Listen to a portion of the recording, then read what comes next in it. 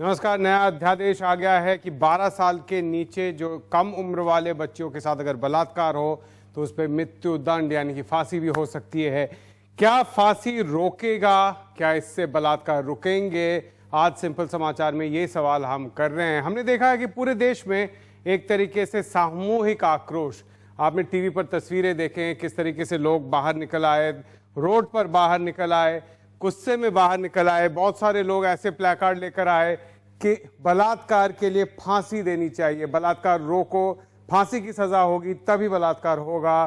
कुछ पॉलिटिशियन ऐसे भी हैं जो आ गए हैं जिन्होंने एक तरीके से हंगर स्ट्राइक किया कि बलात्कारी बच्चों से जो बलात्कार करे उनके लिए फांसी की सजा हो। तो ये जो एक तरीके से सामूहिक आक्रोश, जनता का गुस्सा जब सरकार के सामने आता है तो सरकार का भी मन डोल जाता है और सरकार को भी कुछ करके दिखाना पड़ता है और ऐसा करना पड़ता है, दिखाना पड़ता है कि सरकार काम कर रही है, सरकार चुपचाप बैठी नहीं हुई है। आपको याद होगा 2012-13 में जब वो निर्भया केस में, जो एक बहुत ही जघन्य और ब्रूटल रेप केस था, उसके बाद किस तरीके से लोग सड़क पर आ गए थे, गुस्से में थे, आक्रोश में थे और आकर उन्होंने मांग की थी कि बलात्कारियों के खिलाफ कड़ी से कड़ी उनकी सजा हो। और तब बहुत जल्दी यूपीए सरकार, मनमोहन सिंह सरकार ने एक कमीशन बिठाकर बहुत जल्दी रेप लॉ को में बदलाव किए थे और उसी तरीके से काफी जल्दबाजी में यह ऑर्डिनेंस भी सामने आ गया है मोदी सरकार का, जन दबाव में। इसको आप एक पॉपुलिस्ट चीज भी कह सकते हैं। लेकिन क्या फांसी से बलात्कार रुकेंगे? ये सवाल हम आज कर रहे हैं। हमारे सामने 3 बड़े सवाल हैं। सवाल नंबर 1, क्या फांसी की सजा से डरकर बलात्कारी बच्चों से बलात्कार करना बंद कर देंगे? क्या बच्चों से बलात्कार कम हो जाएंगे? रुके ना भी तो कम होंगे। नंबर 2 सवाल, क्या मृत्यु दंड से डरकर, आखिर हमारे देश में मृत्यु दंड है, हत्या के लिए मृत्यु दंड है, क्या मृत्यु दंड के से डरकर हत्याएं कम हुई हैं? क्या दुनिया में कम हुई है? इस सवाल को भी हम उठाएंगे और इसका जवाब देने की कोशिश करेंगे। और तीसरा अहम सवाल कि बलात्कार के लिए मृत्यु दंड की जो मांग करते हैं और इस मांग के पीछे क्या मानसिकता है, इस पर भी हम सवाल उठाएंगे और हम चाहेंगे आप भी इसके बारे में सोचें। और सबसे पहले मैं लाना चाहता हूँ, मेरे अपनी ज़िंदगी में जब मैं 15-16 साल का था तब मेरी जो नेबर थी, पड़ोसी थी, लोतिका सरकार नारीवादी थी और आप कह सकते हैं कि भारत की पहली एंटी रेप एक्टिविस्ट थी और भारत के वुमेन्स मूवमेंट की पायनियर थी लोतिका सरकार। 2013 में उनका देहांत हो गया था। और जब लॉ फैकल्टी में वो पढ़ाती थी, पहली वुमेन लेक्चरर थी लॉ फैकल्टी की दिल्ली की। और जब लोग रेप शब्द यानी कि बलात्कार शब्द का उच्चारण करने से हिचकते थे तब वो रेप लॉ पढ़ाती थी अपने स्टूडेंट्स को। तो कुख्यात मथुरा रेप केस था जहाँ पे कस्टोडियल रेप हुआ था और सुप्रीम कोर्ट ने उसमें सजा उलट का जो डिसीजन आया था उसको उलट दिया था। उस वक्त लोतिका सरकार, उपेंद्र बख्शी और कुछ और प्रोफेसर्स ने ओपन लेटर लिखा था चीफ जस्टिस को, जिससे कंटेम्प्ट ऑफ कोर्ट भी हो सकता था। लेकिन उन्होंने सवाल उठाए थे कि किस तरीके से ऐसा एक फैसला आया है। इस सवाल तो उनके नारीवादी होने के क्रेडेंशियल्स बहुत ही स्ट्रांग हैं, उनके एंटी रेप एक्टिविस्ट होने के क्रेडेंशियल्स बहुत स्ट्रांग थे। और मैं एक बार उनसे बहस कर रहा था और उस वक्त मेरे भी मन में ख्याल ये था कि जो रेप करते हैं उनको फांसी की सजा होनी चाहिए। तो उन्होंने कहा था कि नहीं, ये गलत है। तो क्या तर्क दिए थे इस नारीवादी ने रेप में, बलात्कार में फांसी की सजा के खिलाफ? पहला तर्क यह था कि ज्यादातर बलात्कार में क्या होता है, शिकायत दर्ज करने में देरी हो जाती है। क्योंकि क्या बलात्कार होता है, बहुत वक्त बलात्कार जो करते हैं वो घर वाले होते हैं, रिश्तेदार होते हैं, एक बार नहीं करते हैं, बहुत बार करते हैं। बच्चियों से तो ये ज्यादा से ज्यादा होता है। और ऐसे में क्या होता है, बच्ची शिकायत करने में डरती है, अपने माता पिता से भी बताने में डरती है। और ये जो गैप हो जाता है उसमें मेडिकल और फोरेंसिक एविडेंस मिट जाते हैं, रहते नहीं हैं, सबूत इकट्ठा करके नहीं रखे जाते हैं। और इस देरी के कारण जो चीज सबूत कोर्ट में लाए जा सकते थे वो गायब हो जाते हैं। ऐसे में पीड़िता का अपना जो बयान होता है, उनका अपना जो आई विटनेस रिपोर्ट है, सबसे बड़े विटनेस वो खुद होती हैं और उस पर काफी सारे कन्विक्शन सिर्फ पीड़िता के बयान के कारण ही होते हैं। अब अगर बलात्कार के लिए मृत्यु दंड होगा तो लोतिका सरकार ने मुझे बताया था कि बलात्कारी क्या करेगा। आप अगर बलात्कार के लिए भी मृत्यु दंड है और साथ में मर्डर के लिए भी मृत्यु दंड है तो दो अपराध के लिए एक ही दंड मिलेगा। और अगर सबूत मिटा सकते हैं तो सबसे पहले वो क्या करेंगे, बलात्कार के बाद जो पीड़िता है उसका मर्डर कर देंगे, उसका हत्या कर देंगे। तो जो मौत की सजा बलात्कारी के लिए होने वाली थी वो पीड़िता के लिए मौत की सजा बन जाएगी। ये था तर्क नंबर 1 लोतिका सरकार का। तर्क नंबर 2 क्या है? तर्क नंबर 2 जैसे हमने पहले बताया कि ज्यादातर केस में पीड़िता के जानने वाले ही, जान पहचान के ही होते हैं बलात्कारी, वो जानते हैं। जैसे कि हम कुछ डेटा लेके आते हैं आपके सामने। ये है अमेरिका के रेप क्राइसिस नेटवर्क के डेटा, 2015 का डेटा है, 2015 के आंकड़े हैं। 85% बलात्कारी पीड़िता के जान पहचान के थे। ये 2015 के अमेरिकन डेटा में ला रहा हूं। हमारे देश में भी जो शोध करते हैं, एक्टिविस्ट हैं और काम करते हैं रेप पीड़िताओं के साथ, उनका भी यही कहना है। अगर हम देखें कि चाइल्ड रेप के केस में जो 13 से कम साल के बच्चों का जो यौन शोषण होता है या यौन उत्पीड़न होता है, उसमें 62% उनके रिश्तेदार निकलते हैं। 13 साल से कम वाले 62% उनके रिश्तेदार निकलते हैं।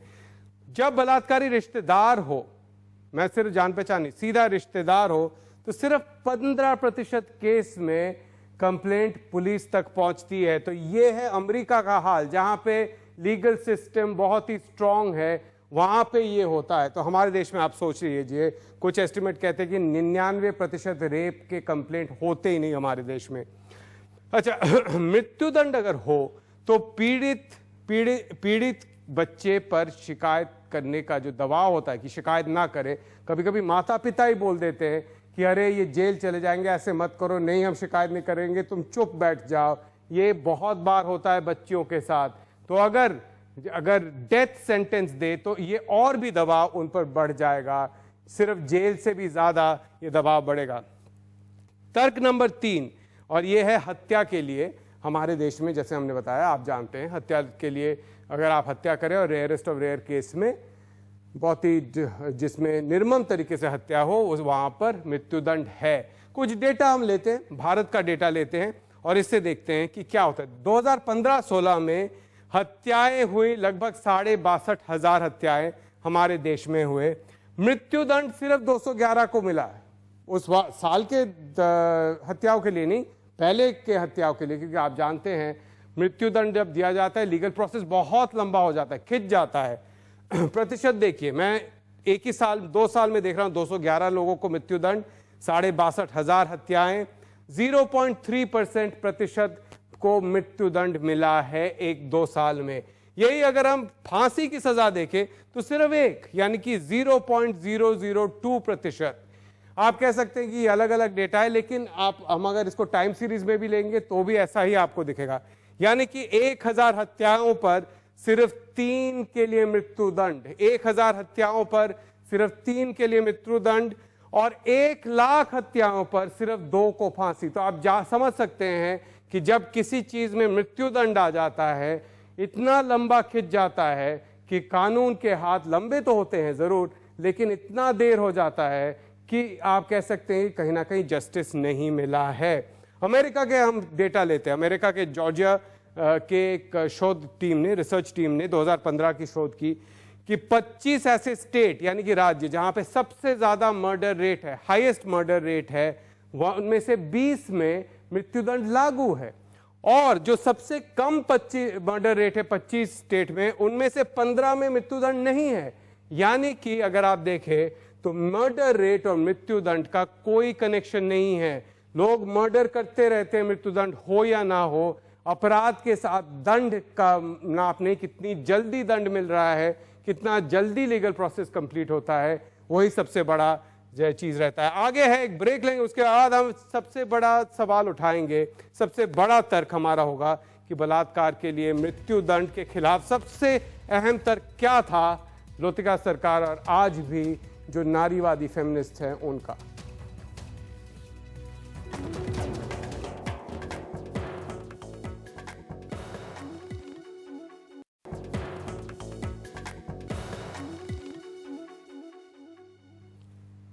बलात्कार के लिए जो मृत्युदंड की मांग करते हैं वो मानसिकता क्या है? क्या बलात्कार के लिए मृत्युदंड की मांग करना बलात्कार को मृत्यु का दर्जा नहीं दे देना है? क्या जब हम बलात्कार को ऐसे मांग करते हैं तो बलात्कार और मृत्यु को समान नहीं मानते हैं?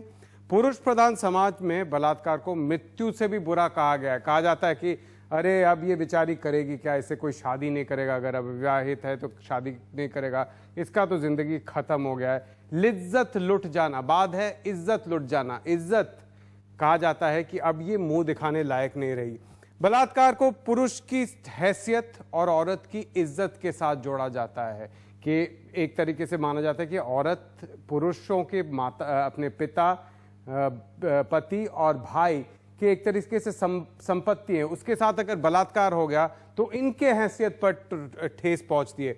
फिल्मों में भी, हमारे फिल्मों में भी रेप पीड़ित को एक तरीके से एक जिंदा लाश की तरह दर्शाया जाता है और जहां पर कहा जाता है अरे ये पिक्चर तो बहुत ही प्रोग्रेसिव है, वहां पे क्या होता है, रेप पीड़ित का एक ही मकसद जीने का रह जाता है कि वो अपने बलात्कारियों से बदला लेगी, यही उनका। और जब बदला हो जाता है तब उसके जीने का मकसद पूरा हो जाता है। ऐसे में इस तरीके के मानसिकता को, पुरुष प्रधान मानसिकता को जब हम अपने समाज में देखते हैं तो स्वाभाविक है कि लोग कहेंगे कि बलात्कार के लिए भी फांसी की सजा होनी चाहिए, क्योंकि बलात्कार और मौत दोनों को एक ही तरीके से देखा जाता है। लेकिन मनोवैज्ञानिक क्या कहते हैं? मनोवैज्ञानिक जब इंटरव्यू करते हैं, ऐसा स्टडी बहुत हुआ है, हमारे देश में भी हुआ है, इंटरव्यू करके रेप पीड़िताओं के साथ, तो वो कहते हैं कि एक चीज उनके दिमाग में चल रहा था जब उनके साथ ये घिनौना बलात्कार हो रहा था, अपराध हो रहा था कि कम से कम ये बलात्कारी मुझे मार न दे, मैं बच जाऊं। और इसलिए इसका मतलब ये है कि वो जीना चाहते हैं, वो मरना नहीं चाहते, वो बलात्कार और मौत को एक तरीके से नहीं देखते हैं। उसके बाद समाज के आचरण से, समाज जिस तरीके से उसको इज्जत और लाज के ढांचे में डाल देती है, तब वो खुद को दूषित मानने लगते हैं और साथ में वो ये भी सोचने लगते हैं कि आधे गुनहगार तो वो खुद है, आधी दोषी वो खुद है कि अपने रेप के साथ। और आप किसी से बात भी करेंगे, ज्यादातर लोग कहते हैं अरे वो ऐसे लोगों के साथ कुछ ना कुछ तो गड़बड़ था कि उसके साथ रेप हो गया, उसने कपड़े ऐसे पहने थे उसके साथ रेप हो गया, रात में क्यों चली गई इसलिए उसके साथ रेप हो गया, ये बार बार कहा जाता है। एक सवाल उन लोगों से है जो कहते हैं कि बलात्कार के लिए फांसी की सजा होनी चाहिए। जब कोई पति अपने पत्नी के साथ जबरदस्ती यौन संबंध करता है, जिसको मैरिटल रेप कहा जाता है, तो क्या आप इसको सपोर्ट करेंगे कि उसको कानून में डाला जाए, मैरिटल रेप को रिकॉग्नाइज किया जाए और मैरिटल रेप के लिए भी फांसी की सजा हो? ये सवाल आप अपने आप से पूछिए। साथ में बात यह है कि क्या पुरुष प्रधान समाज औरत को अपनी संपत्ति और अपने सम्मान की तरह नहीं देख रही है? जब वो कहते हैं कि रेप मतलब मौत, बलात्कार हुआ है तो ये जिंदा नहीं है और अगर बलात्कारी को आप मौत की सजा देंगे तभी बदला होगा। और साथ में हम एक सवाल और भी कर रहे हैं कि नारीवादी जब कहते हैं कि जो रेप है, जो बलात्कार है, वो यौन से संबंधित नहीं होता है, वो होता है पुरुष का अपना वर्चस्व दिखाने का, दबदबा दिखाने का, अपना शक्ति प्रदर्शन करने के लिए ये अपराध होता है। तो क्या इस अपराध को यौन के साथ या औरत के साथ जोड़ के देखना चाहिए? जिससे बलात्कार हुआ है उसे सिर्फ पीड़िता मत मानिए, उसको सर्वाइवर कहिए। अंग्रेजी में इसलिए अभी रेप सर्वाइवर शब्द यूज होता है, रेप विक्टिम नहीं। समाज को चाहिए कि हौसला दे ऐसे रेप सर्वाइवर को कि उनकी जिंदगी का अंत नहीं हो गया, अभी भी बाकी है। अभी ये ऐसा नहीं होगा कि वो किसी लायक नहीं रही, उनके साथ ऐसा नहीं है, मौत से बदतर उनकी हश्र नहीं हुई है। आखिर में हमारा यही कहना होगा कि रेप के खिलाफ आपको लड़ना है तो ये पुरुष प्रधान, पुरुषतांत्रिक जो एक मानसिकता है उसके खिलाफ लड़ना होगा। बेटी बचाओ बेटी पढ़ाओ ये तो हमने सुना है, लेकिन उसके साथ साथ अपने बेटे को सिखाओ समाज को बचाओ, ये सबसे बड़ी बात है। रेप के खिलाफ लड़ना है तो यही सबसे अहम चीज है। आज का सिंपल समाचार यहीं तक।